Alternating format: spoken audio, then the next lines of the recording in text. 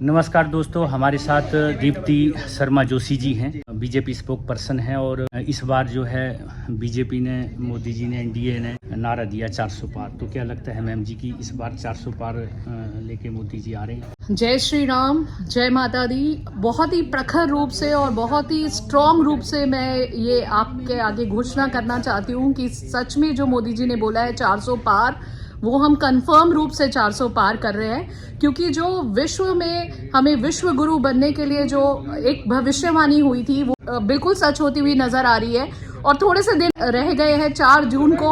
आप सब मेरे साथ 400 पार के बहुत बड़े सम्मेलन में उपस्थित रहेंगे और बहुत ही शीघ्र हम विश्व गुरु बनने जा रहे हैं। और वासुदेव कुटुंबकम की जो हमने नींव रखी है, we have already adjoined all the neighbour countries, we have enjoyed all the world, and we are working for all the people who are below the poverty line.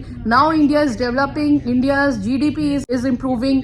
India हर तरह से डेवलप कर रहा है, चाहे वो संस्कार के रूप में हो, चाहे वो हमारी संस्कृति सभ्यता के रूप में हो, चाहे वो हमारा मनी के रूप में हो, चाहे वो हमारे अध्यात्म के रूप में हो, चाहे वो हमारी शैक्षिक एजुकेशन के रूप में हो, चाहे वो हमारे हेल्थ एंड इंफ्रास्ट्रक्चर के रूप में हो।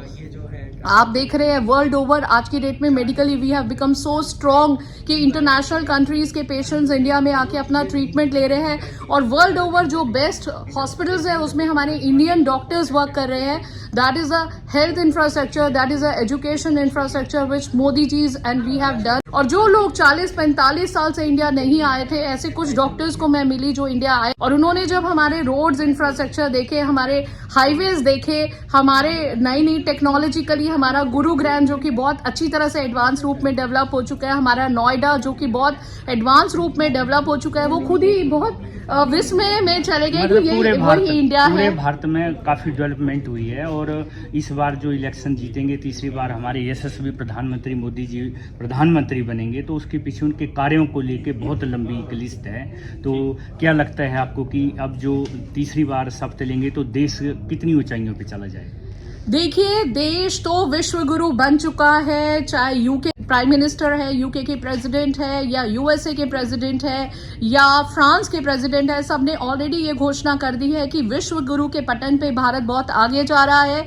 और माननीय मोदी जी को number 1 prime minister of India घोषित कर दिया गया है। और G20 में ये बात उन्होंने भारत मंडपम में पूरे विश्व के आगे ये ऑलरेडी प्रूव कर दी है, एंडोर्स कर दी है। और अब एक ये हम लोगों के लिए समय है कि हम परसों 25 तारीख को जाकर वोट दें और मोदी जी की गवर्नमेंट को फिर से प्रखर रूप से खड़ा कर दे। और जो कमियां पिछले 15 साल में थोड़ी बहुत रह भी गई है, ताकि हम वो कार्य पूरी निष्ठा और पूरी प्रतिष्ठा के साथ पूरा कर सके और अपने देश को फिर एक विश्व गुरु के फॉर्म में बना सके। हर हर मोदी, घर घर मोदी। 2047 का जो मोदी जी का विजन और मिशन है, उसको लेके क्या कहना चाहेंगे आप? देखिए, मोदी जी का सारा विजन भगवान के ऊपर है। राम मंदिर हमारा खुल गया है, अयोध्या हो गया है हमारा। सुबह जब हम जगते हैं तो भगवान की टीचिंग और प्रीचिंग से करते हैं, तो हमारे को सबसे पहले यही बता गया है कि देश से पॉवर्टी को हटा दिया जाए, सब लोग लोअर इनकम ग्रुप से मिडिल इनकम ग्रुप की तरफ ले जाए। जब लोगों के पेट भरे होंगे, लोगों के पास रोजगार होगा, लोग हर तरह से संपन्न होंगे, तो देश का विकास होना प्योरली संभव है। वुमेन्स के लिए मोदी जी बहुत कुछ कर रहे हैं। आपने खुद देखा, देश में हर जगह शौचालय बन गए हैं। और इस बार पद्मश्री और पद्म भूषण ऐसे व्यक्तियों को मिला जो कि देश के बहुत अंतिम राज्य से अंतिम पंक्ति में खड़े हुए लोग थे। जो मोदी जी ने ऐसी शक्तियों को सराहा। मैथिली में भी मैंने देखा कि बिहार की एक ऐसी महिला को अवार्ड दिया जो कि एक ड्राइंग करती थी और वो अपनी मैथिली सभ्यता को प्रमोट करती थी, मिथिला आर्ट को। तो अब वो सोच ये एक बकरी चलाने वाली औरत जिसने अपनी बकरी को बेच के पहला शौचालय बनाया गांव में, ऐसी महिलाओं को पद्मश्री दिया। तो आप देख सकते हैं कि हर उस व्यक्ति के ऊपर आंख है।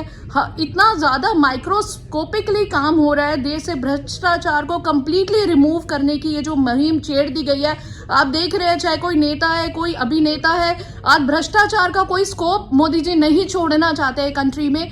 और अपनी संपत्ति बिल्कुल उन्होंने अपने पास नहीं रखी है और सब कुछ देश के लिए सर्वोच्च न्यौछावर है। तो मैं भी चाहती हूँ कि आप भी आए और हमारे देश को फिर से विश्व गुरु के पटन पर 25 तारीख को जरूर कार्य करें। तो धन्यवाद। नमस्कार दोस्तों, ये थी हमारे साथ शर्मा जोशी जी। फिर एक नई शख्सियत के साथ दोबारा मुलाकात होगी। तब तक के लिए नमस्कार। जय हिंद, वंदे मातरम, जय भारत, जय श्री राम। धन्यवाद। जय माता दी। नमो नमो। नमो नमो।